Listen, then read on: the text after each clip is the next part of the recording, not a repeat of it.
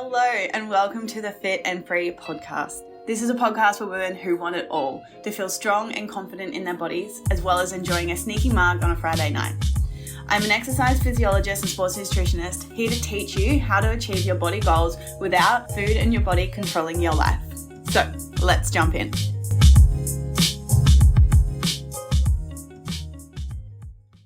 Hello you guys and welcome back to another episode of the Fit and Free podcast. So in today's episode, I have a little bit of a pep talk for you. I'm feeling super talkative. I'm really excited about this topic. I'm super passionate about it because I struggled with this for so freaking long.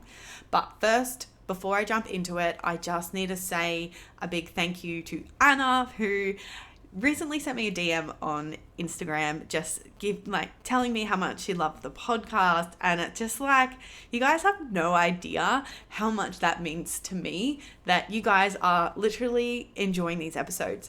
I'm literally sitting in my house in Bali, in my villa, and literally talking into a microphone, and it just warms my soul that you guys are getting so much value out of these episodes. So thank you so much, Anna, for sending me that amazing DM. I appreciate you so much more than you know. And thank you for all my regular listeners like you guys. You're the reason why I keep showing up each and every week. With saying that, if you guys haven't left a review on the podcast yet, if you could just take a couple of minutes of your time and write me a quick review, simply because it really does actually help me grow this podcast. And you guys know now I'm so passionate about, helping women become confident in their bodies with, complete food freedom.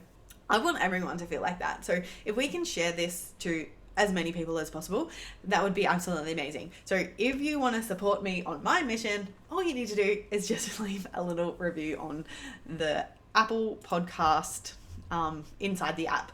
All you have to do is scroll right down to the bottom, open up the Fit and Free Academy podcast, scroll the way to the bottom, and you can just click on it and leave a little message, a little love note. I would really appreciate that. Cool. Let's get into the episode. So, for a good few years, at the start of I'm going to wind back into the start of my fitness journey. I used to have so much gym anxiety. I was afraid to go into certain sections. I was afraid to wear a crop top into the gym. I was afraid to, lift heavy weights. I had so much fear around the gym, and I struggled with that for a really long time. However, it was this fear that was literally holding me back from my fullest potential, and really actually holding me back from actually achieving my body composition goals. I remember walking into the gym and I would go do a leg extension, for example, and I would go over to the leg extension machine, I would look at it, and there'd be so many levers and so many different elements of the machine, and then I would be fiddling around with it to making sure that it was sitting in the right spot. And then I would be fiddling around with it. And then in that specific moment, I remember just feeling so much embarrassment. And I would look at, I would be so in my head about it. And I would look around me and I'd be like, oh my God, everyone's staring at me. Everyone is staring at me. When in reality, people were definitely not staring at me. But I was making it mean that they were, because I was, I didn't know what I was doing in this uncomfortable situation. So I was getting up in my head about it. And essentially, it was this pattern that was really holding me back from my fullest potential with my body composition, from building muscle and in the gym. And I see it all the time, is that gym anxiety, not feeling comfortable in the gym, is one of the biggest cock blocks from women to achieving their body composition that they truly desire. Why? Because the fear is dictating how they're showing up in the gym, right? And what I mean by that is avoiding going into certain sections, right? So that ultimately is cock blocking you from actually lifting the weights that you need to in order to get the body changes that you want.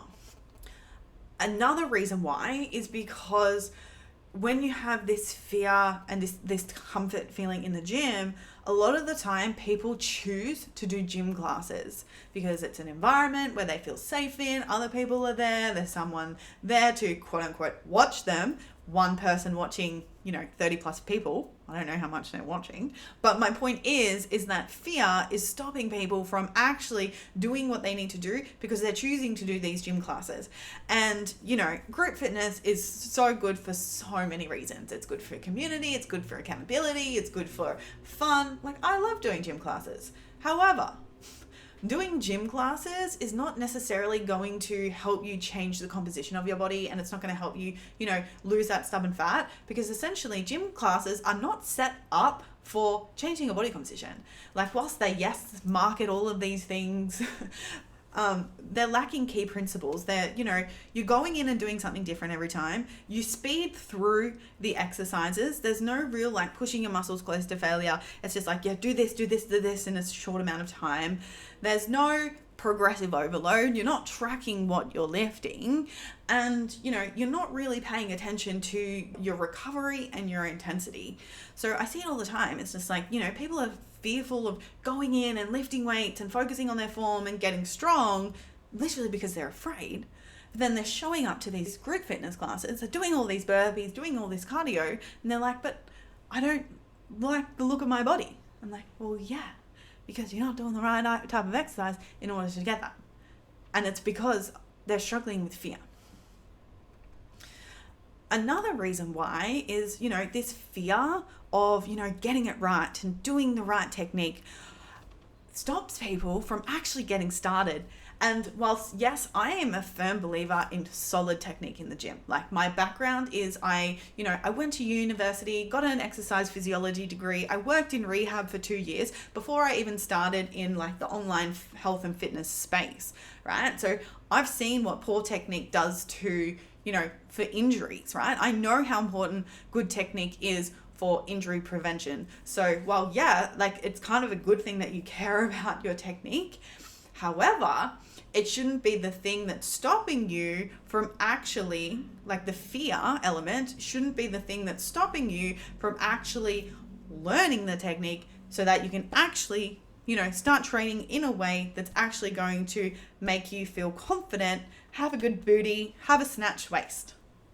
Because essentially what happens, like I've said, is just this fear is just holding so many people back from actually achieving the goals that they want, their physique goals. But it's not even physique goals. It's also how good strength training, a proper routine, actually providing progressive overload actually makes you feel. The day that I got my first 10 chin-ups, I felt like Wonder Woman. I felt so freaking good. And I felt so empowered. I felt confident. I felt happy. And I felt like it was an achievement. I did that. Do you know what I mean? So it's not just about body composition here. I'm talking about not only feeling freaking amazing and feeling happy and all those things. I'm also talking about the benefits of our health as well, and what proper strength training really does to our muscles, our joints, our bones, our metabolism, all of the amazing things that strength training will provide for us. So the question is how do you overcome gym anxiety? How do you move through the fear? So we are aware that the fear is really holding us back, but how do we then actually move forward? And my mentor said this to me a couple of months ago when I was in one of her programs, and she was like, the only way out is through.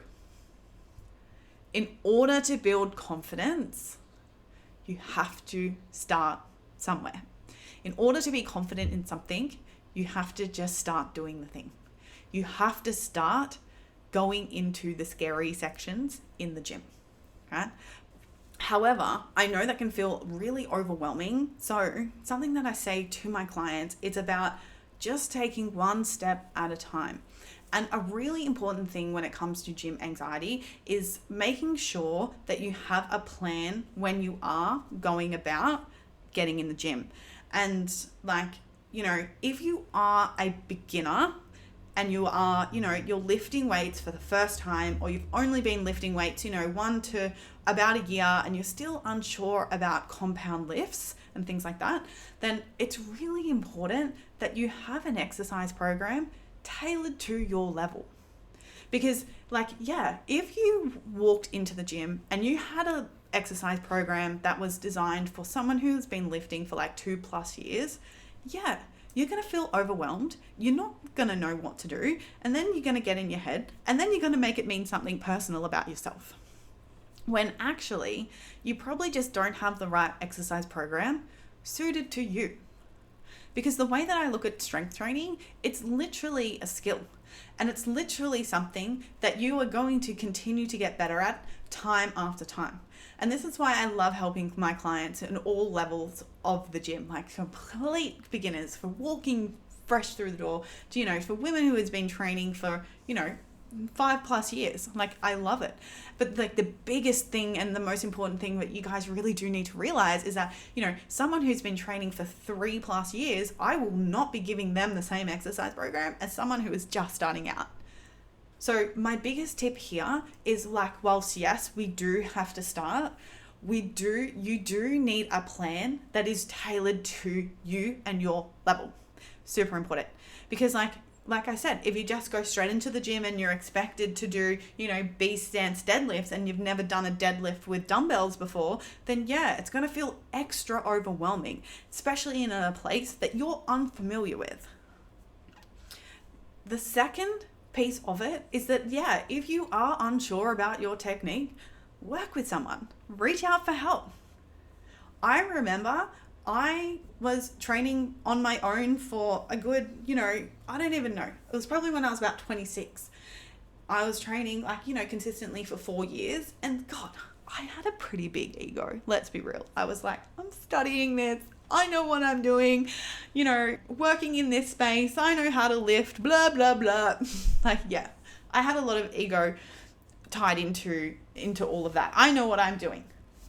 However, I got over that, and then I hired my first PT when I was about 26 years old, because I was just like, I just want to get better. I hired my first PT because I just want to get better. And honestly, having someone give me feedback on my lifts exponentially increased the amount that I could lift and how I was progressing in the gym. It was wild to me how much that really helped me progress. And I'm like, of course, it makes sense now. I'm just like, you don't know what you don't know, and you can't see what you can't see. And that's why it's so beautiful to having an outsider's perspective to help you move through certain things and help you with technique and all of the things, especially when you you're working with someone who has more knowledge than what you do, which is, fast tracking essentially your results.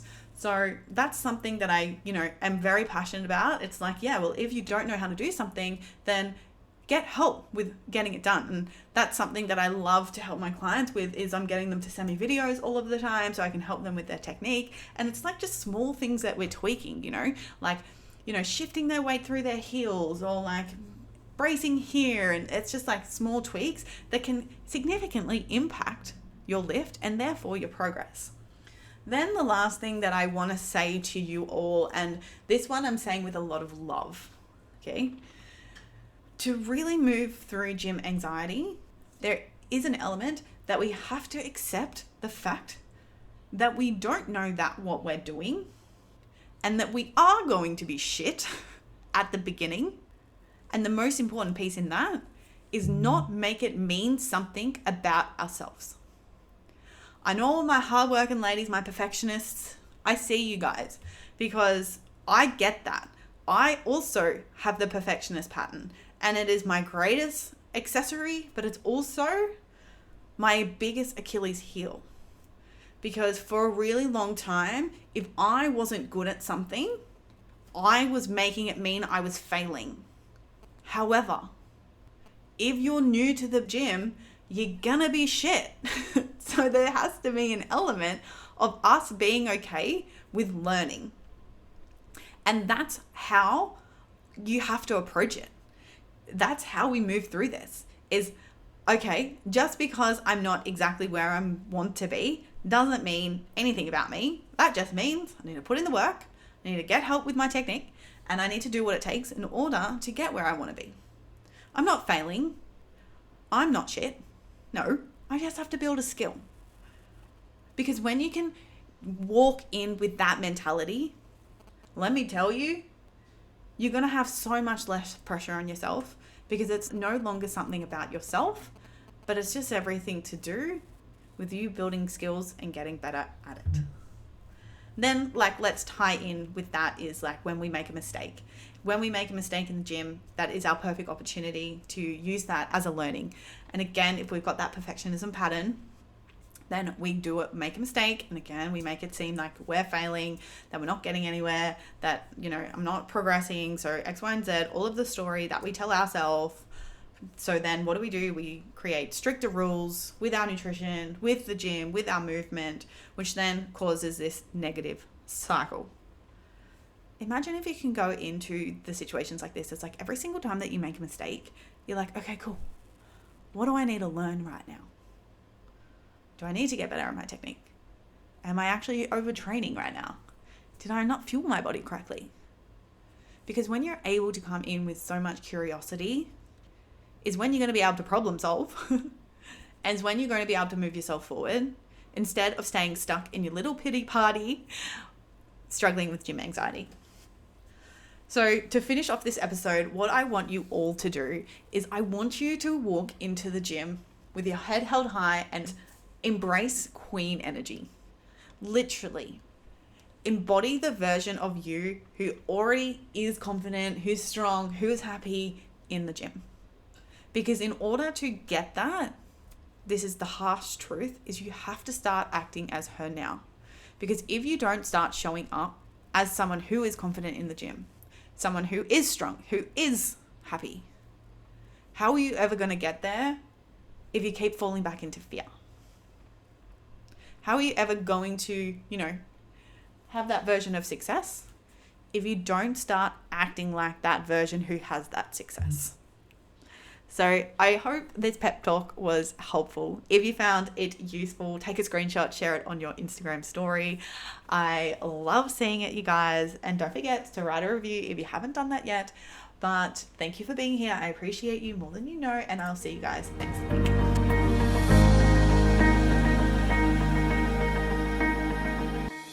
The number one challenge that all my clients face before we start working together is a lack of clarity on how much and what to eat to lose weight. Often they are making two huge mistakes, constantly trying to skip meals or eat under 1,600 calories. Secondly, only allowing themselves bad foods like chocolate on the weekend, but end up binging, all to tell themselves they're going to start again on Monday. If you feel like you have tried every diet under the sun and still can't figure out what to eat to achieve your weight loss goals, take my free 2-minute quiz. You can find the link in the show notes down below, and it will help you figure out exactly what you're doing wrong with your nutrition and exercise and exactly what to do to fix it so that you can finally be confident in your body and achieve your weight loss goals.